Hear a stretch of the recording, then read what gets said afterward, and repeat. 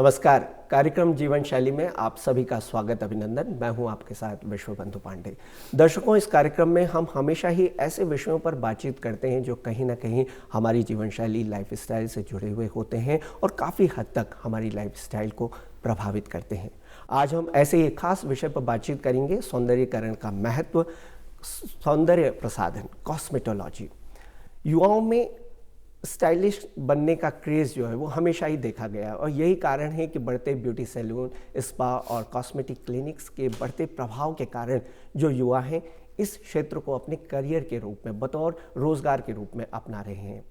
किस तरह से हम इस क्षेत्र को रोज़गार के रूप में अपना सकते हैं, हमारी जीवन शैली से इस क्षेत्र का क्या संबंध है, कितना महत्व है, इन तमाम तरह की बातों पर बातचीत करने के लिए हमारे साथ में श्वेता रावत जी उपस्थित है। मैम, आपका स्वागत है, अभिनंदन हमारे कार्यक्रम में। श्वेता जी, जैसा कि आज हम सौंदर्य प्रसाधन, सौंदर्यीकरण का महत्व है, एक कॉस्मेटोलॉजी को लेकर के बातचीत कर रहे हैं, तो सबसे पहले हमारे व्यूअर्स, हम भी जानना चाहेंगे, आप अपना परिचय दें, आप किस क्षेत्र से आती? मैं श्वेता रावत हूँ। मेरी स्कूलिंग जो है वो स्कॉलर्स होम से हुई है, देहरादून से। मैं पली बड़ी देहरादून से ही हूँ, मतलब मैंने कभी देहरादून नहीं छोड़ा। ठीक है। ग्रेजुएशन मैंने DAV PG से करी, उसके बाद मैंने पोस्ट ग्रेजुएट डिप्लोमा मैनेजमेंट लिया IMS से।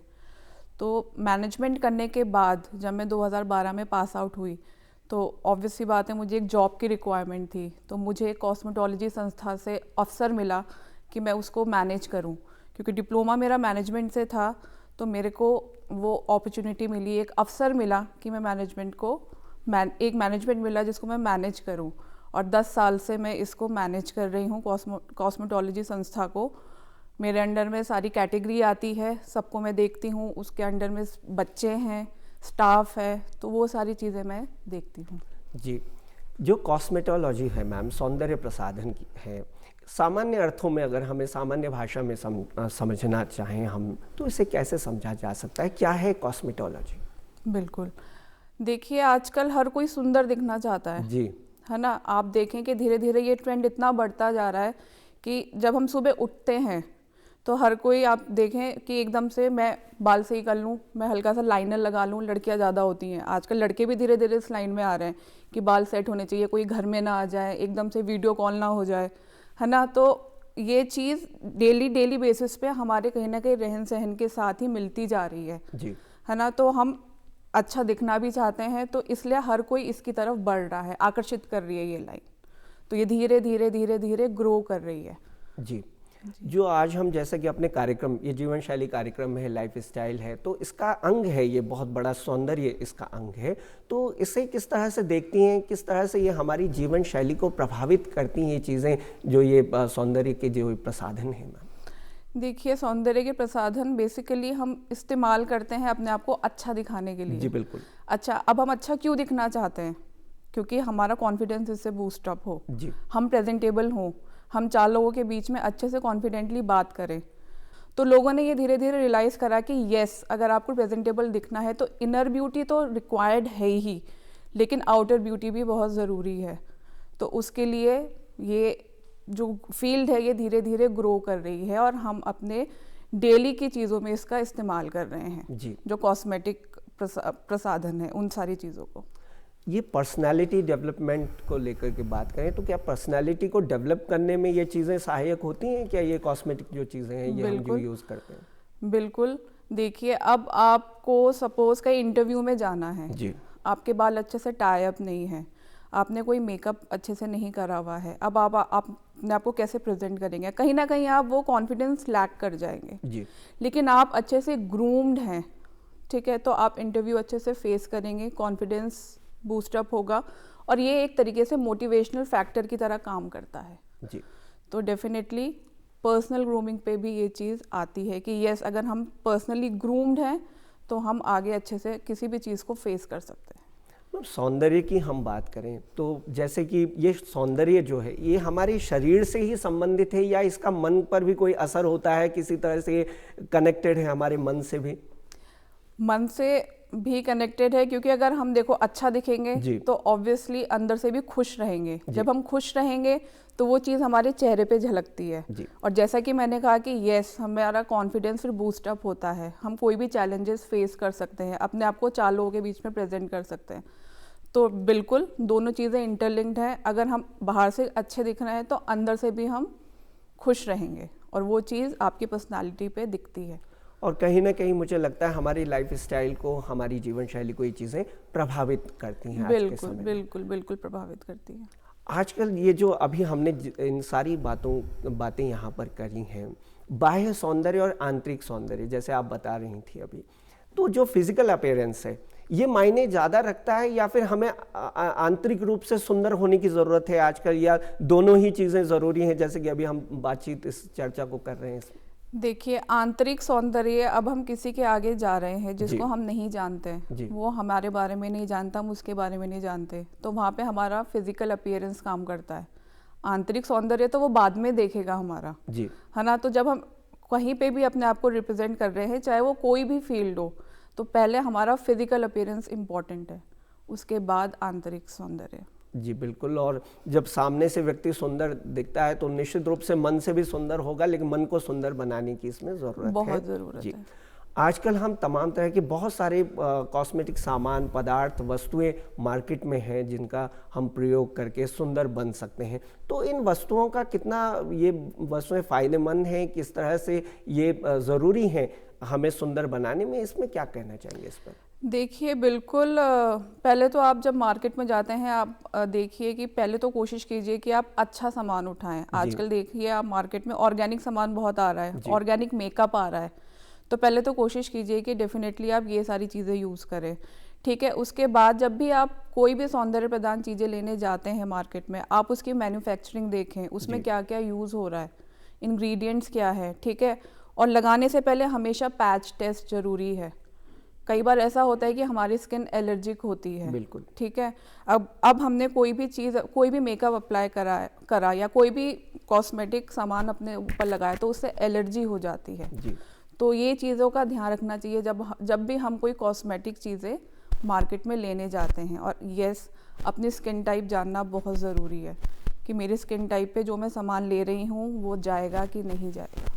मैम, हेयर कलरिंग की बात करें, हम हेयर स्टाइल की बात करें, काफ़ी लोग अपने बालों पर बहुत ज़्यादा ध्यान देते हैं और काफ़ी लोग नाखुश होते हैं अपने बालों से कि हमें ऐसे बाल चाहिए, ये हमारे पास नहीं।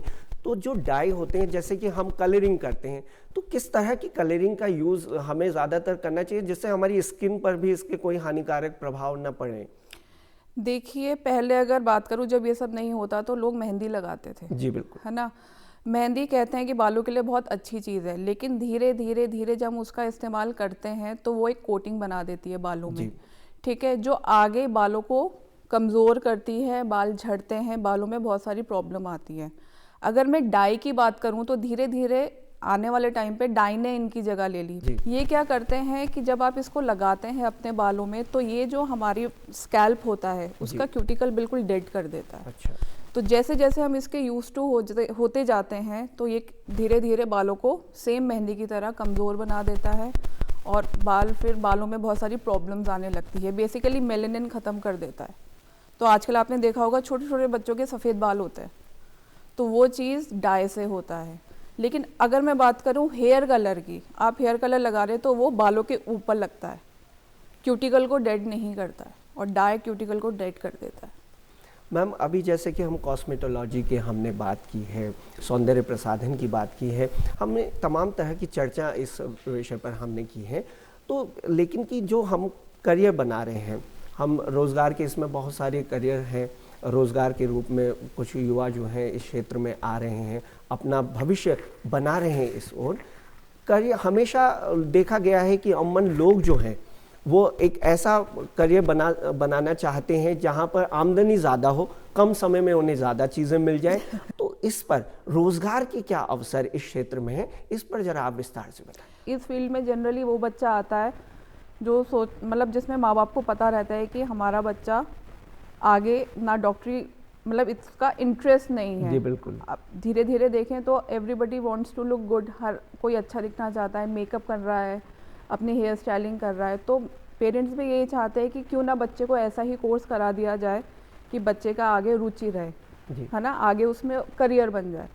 अब दूसरी चीज़ ये रही कि क्वालिफ़िकेशन इसमें ज़्यादा हाई नहीं चाहिए, ठीक है। आप 8वीं पास हैं तो भी आप इस फील्ड में आ सकते हैं, आप 12वीं पास हैं तो भी आ सकते हैं। सबसे बड़ी चीज़ इसमें कोई एज बार नहीं है।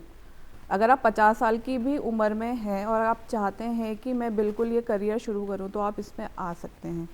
दूसरी चीज़ ये कि हाँ बिल्कुल, आजकल के बच्चे ये सोचते हैं कि मैं बस जल्दी से जल्दी कमाई शुरू कर दूं। इसमें पहले तो मैं ये चीज़ बताना चाहती हूँ कि एकदम से अच्छी सैलरी कोई नहीं देता अनलेस एंड अनटिल आपको उस फील्ड का एक्सपीरियंस ना हो। एक्सपीरियंस मैटर करता है। हाँ बिल्कुल ठीक है, कमाई के साधन जल्दी शुरू हो जाते हैं 5वें महीने में, 6ठे महीने में, क्योंकि कोर्स ड्यूरेशन इतनी ही होती है, या हद से हद 16 महीने का कोर्स होता है। तो बच्चा वो करके जल्दी अर्निंग शुरू कर सकता है। पर अगर वो सोचे कि मैं आज ये कोर्स करके सीधे 20,000 कमाऊँ, 30,000 कमाऊँ, तो वो पॉसिबल नहीं है। निश्चित रूप से सतत प्रयास की ज़रूरत है, हर क्षेत्र में उतरने की ज़रूरत है, काफ़ी गंभीर चीज़ों को सोचने की ज़रूरत है। इसमें कॉस्मेटोलॉजी में जैसे कि हर विषय की बहुत सारी ब्रांचेस होती हैं, कई शाखाएं होती हैं, उन शाखाओं से हमारा विषय बनता है। तो कॉस्मेटोलॉजी की क्या क्या चीज़ें इसमें हैं, इस पर आप क्या कहना चाहेंगे? देखिए, इसमें शाखाएं, जब आप इस कोर्स में आते हैं तो आप अपना करियर, आपके पास बहुत सारी करियर अपॉर्चुनिटीज़ हो जाती हैं। मतलब आप स्टिक नहीं रहते कि मैंने भाई अब ये कोर्स कर लिया, या जैसे आपने देखा होगा मैंने ग्रेजुएशन करी, उसके बाद मैंने पोस्ट ग्रेजुएशन करी, तो अब मैं मैनेजमेंट ही देख सकती हूँ। उसके अलावा मेरे को या तो कुछ और करना है तो मुझे उस फील्ड से रिलेटेड कोर्स करना पड़ेगा।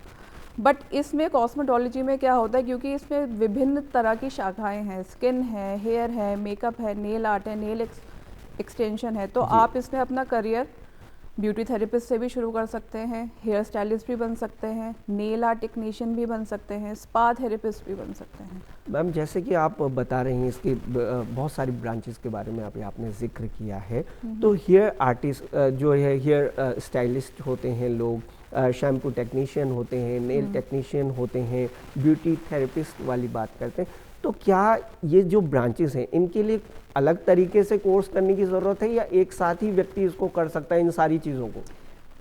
बिल्कुल, एक साथ भी कर सकता है और अलग अलग भी कर सकता है। देखिए, जो कोर्सेज बनाए जाते हैं, जो संस्था ने कोर्स डिज़ाइनिंग करी हुई है जी, वो ये है कि अगर आप अपनी रुचि के अनुसार भी किसी एक कोर्स में जा सकते हैं और पर्टिकुलर कोई एक फील्ड में अपनी स्पेशलिटी को ले जा सकते हैं। जैसे कई बच्चे आते हैं हमारे पास, वो केवल मेकअप के बारे में इंटरेस्टेड होते हैं, मेकअप ही सीखना चाहते हैं और आगे मेकअप आर्टिस्ट बनना चाहते हैं, तो वो पूरा कोर्स ना करके केवल मेकअप कर ले, मेकअप की पढ़ाई कर ले, ठीक है, तो वो आगे क्या बन गए, मेकअप आर्टिस्ट। लेकिन कई बार ऐसा होता है कि नहीं, मेरे को एक चीज़ में स्टिक नहीं रहना, क्योंकि आजकल मल्टीटास्कर का ज़माना है, बिल्कुल मल्टीटास्किंग बहुत इंपॉर्टेंट है। तो उसके लिए वो बच्चे जनरली सारे कोर्स करते हैं जो मेरे को थोड़ी नॉलेज स्किन की भी हो, हेयर की भी हो, मेकअप की भी हो, ताकि जब मैं इंटरव्यू के लिए जाऊं तो मेरे में सारी एक्सपर्टीज़ हो। फाउंडेशन कोर्सेज होते हैं 15-15, 20-20 दिन के जी। उसके बाद 2-2 महीने से शुरू होते हैं कोर्सेज और 16 महीने तक के होते हैं। मतलब ग्रैंड मास्टर तक हम कॉस्मेटोलॉजी में ले जा लेते हैं इसमें। तो आप सर्टिफिकेट कोर्स कर लो कॉस्मेटोलॉजी का, डिप्लोमा कोर्स कर लो कॉस्मेटोलॉजी का, एडवांस डिप्लोमा कोर्स कर लो या कंबाइंड कोर्स कर लो। ये अब आपके ऊपर है, चॉइस इज़ योर्स कि आपको किस तरीके से अपने आप को आगे स्थापित करना है, कि भाई मेरे को एक ही चीज़ में जाना है या सारी चीज़ों में जाना है, या आगे मुझे सैलून ओपन करना है तो मैं कौन सी सर्विसेज सैलून में देना चाहूँगी, तो वो आपके ऊपर है। तो 2 महीने से लेके 16 महीने तक के कोर्सेज हैं जो बच्चा कर सकता है। कुछ ऐसी सावधानियां हैं कि जब हम किसी कोर्स को करने के लिए किसी ऑप्शन को हम देख रहे हैं कि हम इसमें अपना भविष्य बनाना चाहते हैं, तो क्या माइंडसेट करके बच्चा इन चीज़ों की ओर जाए? जी, बच्चा माइंडसेट, देखिए अभी तक का जो मेरा एक्सपीरियंस है, बच्चा माइंडसेट से ही आता है कि हमें पढ़ना नहीं पड़ेगा। अच्छा, जी ठीक है, बल्कि इसमें ऐसा नहीं है, इसमें एक पूरी तरीके से साइंस है। जी बिल्कुल। आपको स्किन के बारे में पढ़ना है, लेयर्स क्या होती है स्किन की, हेयर ट्राइकोलॉजी आप पूरी पढ़ते हो, मेकअप की हिस्ट्री पढ़ते हो, है ना। तो देखिए पढ़ाई सब में है जी, तो जब बच्चा, पेरेंट्स जब एनरोल कराते हैं बच्चे को, तो कहीं ना कहीं बच्चा खुश होता है, मुझे पढ़ना नहीं पड़ेगा, वाओ, बस कोर्स करना और मेरा करियर शुरू हो गया। जी। लेकिन जब वो थ्योरी पढ़ता है, क्योंकि हर कोर्स की शुरुआत में थ्योरी पार्ट होता है, तो वो साइंस पढ़ रहा है एक तरीके से, तो तब बच्चा बोलता है नहीं, अरे इसमें तो साइंस भी है, हमें ये भी पढ़ना है, हमें वो भी पढ़ना है। तो ये नहीं कि वो जब बच्चा आ रहा है तो हम पहले से उसको माइंड मेकअप कर देते हैं कि जब आप आ रहे हो आपको साइंस आपको पढ़ना है, ठीक है। तब आपको जब तक नॉलेज नहीं होगी आप क्लाइंट को डील नहीं कर सकते, वरना वही हाल होगा कि स्किन की नॉलेज नहीं थी, आया कुछ और कर कुछ और दिया, ठीक है। तो वो चीज़ नहीं करनी। जी मैम, लंबे समय से आप इस फील्ड में हैं और एक करियर के रूप में भी आपने इसको चुना है, तो क्या इस क्षेत्र में कुछ चुनौतियां हैं? हर क्षेत्र में चुनौती भी होती है, कहीं अच्छा है तो कहीं बुरा है, तो चुनौती किस तरह की चुनौतियां आपने देखने को आपको मिली है इस फील्ड में? देखिए, चुनौती अगर मैं शुरुआत की बात करूँ तो पहले लोग अवेयर नहीं थे जी इस फील्ड को। अभी भी आजकल लोग नहीं देखते अच्छे से। लोग सोचते हैं कि पहले 12वीं कर लो, फिर ग्रेजुएशन कर लो, उसके बाद डॉक्टरी कर लो या स्कूलिंग मतलब टीचर का कोई कोर्स कर लो, बीएड कर लो या कॉम्पिटिटिव एग्ज़ाम की तैयारी कर लो। तो ये सबसे बड़ी चुनौती है एक पेरेंट को काउंसिल करना, पेरेंट को बताना कि आप जो इतना पैसा किसी चीज़ में खर्च करोगे वो भी बच्चा उसमें इंटरेस्टेड नहीं है जी, तो आप कुछ पैसा इसमें लगा के अपने बच्चे को ग्रो करते हुए देखिए। तो किसी को काउंसिल करना, कन्विंस करना, बच्चा तो कन्विंस हो जाता है क्योंकि बच्चे का इंटरेस्ट उसी में है, पर ये सबसे बड़ी चुनौती है पेरेंट को कन्विंस करना। ये तो बात होगी पेरेंट्स से लेकर, लेकिन जो हम इस प्रोफेशन में जाते हैं, कार्य क्षेत्र में जाते हैं, तो तब कौन सी ऐसी चुनौतियां आपने देखी होंगी, क्योंकि आप इस कार्य क्षेत्र से जुड़ी हुई हैं, लगातार इस क्षेत्र में काम कर रही हैं, तो कोई चुनौती किसी प्रकार की आपको देखने को मिली है? बिल्कुल, कॉम्पिटिटर्स हैं हमारे साथ जी, ठीक है। तो अब यही होता है कि हम अच्छे कैसे हैं, क्या चीज़ें हम अलग से दे रहे हैं जी, तो उस चीज़ को भी जस्टिफाई करना बहुत बड़ी चुनौती है कि अगर मार्केट में 4 लोग और बैठे हैं जो सेम चीज़ करा रहे हैं तो उस चीज़ में हम कैसे यूनिक हैं, तो वो जस्टिफाई करना एक बहुत बड़ी चुनौती है, मैं मानती हूँ। बिल्कुल, बहुत अच्छी बात है मैम। और फैशन इंडस्ट्री की हम बात करें, सौंदर्य, फैशन, स्टाइल, ये सब चीज़ें एक दूसरे से जुड़ी हुई हैं, तो इसमें कितना स्कोप आप मानती हैं फैशन इंडस्ट्री का?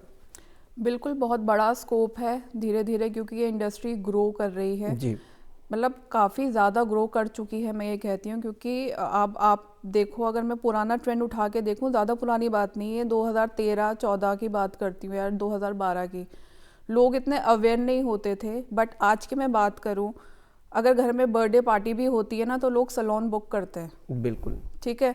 तो धीरे धीरे करके ये बहुत ही ज़्यादा ग्रोइंग इंडस्ट्री है और आने वाले टाइम में मैं ये कहती हूँ कि एवरीबडी, क्योंकि हर कोई अच्छा दिखना चाहता जी, है ना, तो उसमें क्या है कि आप अपना करियर इसमें बना रहे हैं, तो ये फैशन ग्रोइंग इंडस्ट्री है जी, बेसिकली। बिल्कुल। ठीक है। मैम, आप पर्सनल ग्रूमिंग की बात आपने शुरुआत में की थी, तो जो लोग ऑफिस जा रहे हैं, रोज जाते हैं, रोज तैयार होते हैं, तो वो अपनी पर्सनल ग्रूमिंग किस तरह से कर सकते हैं, चमकदार भी दिखें, कार्य क्षेत्र में भी मन लगे उनका, तो पर्सनल ग्रूमिंग किस तरह से की जा सकती है? पर्सनल ग्रूमिंग देखिए, सबसे पहले तो वैसे इसमें भी हम कोर्स कराते हैं, जी। ठीक है, कि पर्सनल ग्रूमिंग का आप हेड टू टो कोर्स कर लो, जी बिल्कुल, इसी बारे में आप जरा ठीक बताएं। है। जी, तो इसमें क्या होता है कि आप थोड़ा सा how to present yourself, आप party makeup, day self makeup, थोड़ा ये हो गया, थोड़ा हेयर स्टाइलिंग हो गया, ऑफिस के अकॉर्डिंग जो डिमांड रहती है हेयर स्टाइल की, ठीक है। How you should carry your self, आपकी क्या ड्रेसिंग सेंस होता है, बेसिकली एक पूरी इमेज कंसल्टिंग होती जी है, बिल्कुल, ठीक है, कि आपको शूज़ कैसे पहनने हैं, आपको आगे बात, मतलब आपको फिजिकल अपीयरेंस कैसी होनी चाहिए, पर्सनल ग्रूमिंग में वो चीज़ सिखाई जाती है। जी बिल्कुल। जो हेल्थ एंड न्यूट्रिशन की हम बात करें, तो सौंदर्य का इस पर प्रभाव पड़ता है, न्यूट्रिशन का कुछ प्रभाव पड़ता है, इस पर क्या कहना चाहेंगे आप? देखिए, हेल्थ एंड न्यूट्रिशन क्या है आजकल, अगर आप अंदर से आप जो खा रहे हैं जी वो सर। आपकी हेल्थ पे दिखता है, जी, ठीक है, और वही चीज़ आपकी स्किन पे भी दिखती है। जी, अगर आपकी स्किन ग्लोइंग नहीं होगी, हेल्दी नहीं होगी, तो आप कितना भी मेकअप कर लें आप डल ही दिखोगे। तो दोनों दोनों के दोनों कहीं ना कहीं इंटरलिंक है, ठीक है। आप अच्छा खाएं, हेल्दी खाएं, और साथ में आप अच्छे कॉस्मेटिक चीज़ों का भी प्रयोग करें, तो दोनों चीज़ें ही साथ में काम करेंगी। जी। बट आप अच्छा नहीं खाते लेकिन आप सारे मेकअप कर रहे हो, सारी चीज़ें कर रहे हो, तो वो कहीं ना कहीं इम्बैलेंस करेगी, बैलेंस नहीं कर पाएगा।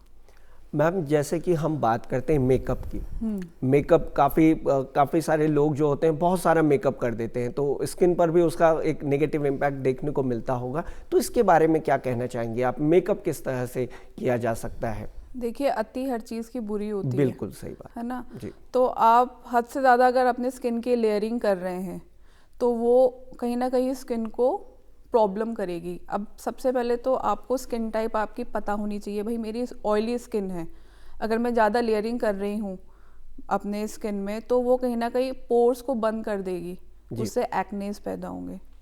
तो ये सारी चीज़ें ज़रूरत को ध्यान में रखते हुए कि मेरी स्किन कैसी है, मुझे कैसे कॉस्मेटिक चीज़ों का यूज़ करना चाहिए कैसे अपना मेकअप करना चाहिए, ये सारी चीज़ें नॉलेज में होनी चाहिए। और ये धीरे धीरे हो भी रही है क्योंकि लोग अवेयर हो रहे हैं उसके अकॉर्डिंग ही। मैम इस फील्ड में आपने देखा होगा, क्या लड़के इस फील्ड में ज़्यादा आते हैं या लड़कियां आती हैं, दोनों ही समान रूप से आते हैं इस फील्ड के लिए, इन कोर्सेज के लिए? पुराने ट्रेंड में देखूं तो यस, लड़कियां ज़्यादा आती थी, लेकिन अब धीरे धीरे लड़के भी इस फील्ड में आ रहे हैं और वो बहुत अच्छे से अपने आप को प्रूव कर जाते हैं। कई बार देखना, आप अच्छे उसमें जाओगे, इंडस्ट्री में जाओगे, मेकअप आर्टिस्ट लड़के होते हैं जी, है ना, क्योंकि वो बहुत अच्छा मेकअप करते हैं। ठीक है, तो अब आप देखना कि ये दोनों के लिए ही ये इंडस्ट्री मतलब अच्छी है। आप लड़के भी अब धीरे धीरे अवेयर हो रहे हैं और वो इसमें अपना करियर बना रहे हैं as a makeup artist, as a hair stylist. तो लड़के भी अब आ रहे हैं। बिल्कुल, और समान रूप से हर किसी की भागीदारी इस क्षेत्र की ओर हो रही है, वो रोजगार के रूप में भी इसे अपना रहे हैं। मैम, हम नेल टेक्नीशियन क्या चीज़ है इस क्षेत्र में, इसकी एक ब्रांच है जो नेल टेक्नीशियन इसमें होते हैं, तो ये किस तरह से काम करते हैं? क्योंकि हम देखते हैं कि अमन नेल्स जो है ये हमारी बॉडी हम काट करके फेंक देते हैं, लेकिन इसमें हमने देखा कि इस ब्रांच में एक नेल टेक्नीशियन स्पेशली है, तो इसके बारे में आप बताइए। देखिए, नेल टेक्नीशियन बेसिकली वो होता है जिसको नेल के स्ट्रक्चर, नेल के बारे में पता होता है। आजकल की ग्रोइंग फील्ड में क्या है, नेल आर्ट लोग करा रहे हैं जी। नाखूनों को कैसे सुंदर देखना है। नेल एक्सटेंशन एक टर्म होती है। नेल एक्सटेंशन वो होती है जिसमें स्पेशली उन लोगों के लिए ज़्यादा यूजफुल है जिनको नेल बाइटिंग की आदत होती है जी। अच्छा, है ना। अब हमें अपने नेल्स अच्छे भी दिखाने हैं, सुंदर भी दिखाने, पर हम नेल बाइट कर जाते हैं, तो ये एक तरीके से गलत हैबिट भी है। तो नेल टेक्नीशियन उस चीज़ को ओवरकम करने में कहीं ना कहीं हेल्प भी कर रहा है, आपके नाखूनों को सुंदर भी कर रहा है थ्रू नेल आर्ट। आजकल बहुत अलग अलग टेक्निक चल रही है, नेल आर्ट है, 3D नेल आर्ट चल रही है, फिर उसके बाद नेल एक्सटेंशंस हो गए जिसमें फ्रेंच है, एक्रेलिक है। तो ये सारा का सारा नेल टेक्नीशियन करता है काम जी। बिल्कुल, तो वो आपको दो तरीके से सपोर्ट कर रहा है, एक तो आपके नेल सुंदर बना रहा है, दूसरा आपकी जो ये बैड हैबिट है वो भी छुड़वा रहा है। बिल्कुल, बैड हैबिट्स को कम करने में मदद कर रहा है। बिल्कुल अच्छी बात है। मैम, जैसे कि हम देखते हैं कि हर किसी की स्किन जो है वो अलग होती है, आपने अभी जिक्र भी किया था, तो किस तरह आप थोड़ा हमारे दर्शकों को बताएं कि अलग अलग जो स्किन टाइप हैं लोगों के, उनके लिए कौन सा मेकअप वो किस तरह से करें, क्या उनकी बॉडी पर सूट करेगा, क्या उनकी स्किन के लिए अच्छा रहेगा? देखिए, मैं इतना कहूँगी कि स्किन ऑयली होती है किसी की, ठीक है, किसी की कॉम्बिनेशन होती है, ऑयली भी होती है, ड्राई भी होती है। जैसे किसी की सर्दियों में ड्राई हो जाती है और गर्मियों में एकदम ऑयली हो जाती है। तो मार्केट में हर तरीके के प्रोडक्ट्स हैं, स्पेशली ऑर्गेनिक प्रोडक्ट्स हैं, अवेलेबल हैं, तो उनको यूज़ करें। वो आपको हेल्प करेगा कि स्किन जो है एक तरीके से सांस लेती है जी, हमारा बॉडी पार्ट एक तरीके से सांस लेता है। अगर हम उसमें गलत प्रोडक्ट इस्तेमाल कर लेंगे या कोई सस्ते प्रोडक्ट यूज़ कर लेंगे तो हमारी स्किन बिल्कुल डेड हो जाएगी। तो वो नहीं करना। जो भी ये ऑयली स्किन है सपोज, तो आप इसमें सिलिकॉन मेकअप यूज़ कर सकते हो, ठीक है। इस टाइप से अलग अलग मेकअप्स आते हैं, अलग अलग मार्केट में ब्रांड्स हैं, आप उसको अच्छे से स्टडी करो और वही यूज़ करो, या अपने एक्सपर्ट से बात करो तभी यूज़ करो। जो हमारी युवा हैं, जो यंगस्टर्स हैं, जैसे कि उसमें दोनों ही हैं, गर्ल्स हैं, बॉयज़ हैं, तो तैयार होते हुए किस तरह की चीज़ें, कॉस्मेटिक चीज़ें तो बहुत सारी हैं मार्केट में, बहुत सारे ऐसे पदार्थ हैं, उत्पाद हैं जिनका लोग यूज़ करते हैं, लेकिन पता नहीं होता लोगों को कि क्या हमारी बॉडी के लिए, क्या हमारी स्किन के लिए अच्छा है, इनको लगा करके हम ज़्यादा सुंदर दिखेंगे और ये चीज़ें हानिकारक है। तो पहचान जो है इसमें बहुत बड़ी एक अहम भूमिका निभाती है। तो पहचान कैसे की जा सकती है मैम? पहचान मैंने जैसा अभी आपको बताया कि पैच टेस्ट बहुत ज़रूरी है। जी, आप पैच टेस्ट करें, आपको खुद ही पता चल जाएगा कि मेरे स्किन में जाएगा कि नहीं जाएगा। आजकल देखिए हर कोई सलोन जाता है, हर किसी जी। का अपना एक ब्यूटी एक्सपर्ट है, आप उनसे सलाह ले सकते हैं। ठीक है, आपको स्किन टोन आपकी कैसी है, कई बार जब आप कॉस्मेटिक लेने खरीदने जाते हैं तो दुकानदार भी आपको बता देता है, शॉपकीपर, कि मैम थोड़ा सा SPF 6 ले लो या SPF 7 ले लो, ये आपके स्किन टोन के अकॉर्डिंग जाएगा। तो ये चीज़ें ध्यान में रखते हुए ही आपको कुछ ना अपने कॉस्मेटिक प्रसाधन लेने चाहिए। हाँ और इनका जो सिलेक्शन है वो बहुत तरीके से करने की बिल्कुल ज़रूरत है। सबसे पहले बस सिंपल है, अगर आपको कुछ नहीं पता तो आप एक पैच टेस्ट ले लो, आपको उसका पता चल जाएगा कि ये मेरी स्किन टाइप में जा रहा है नहीं जा रहा है।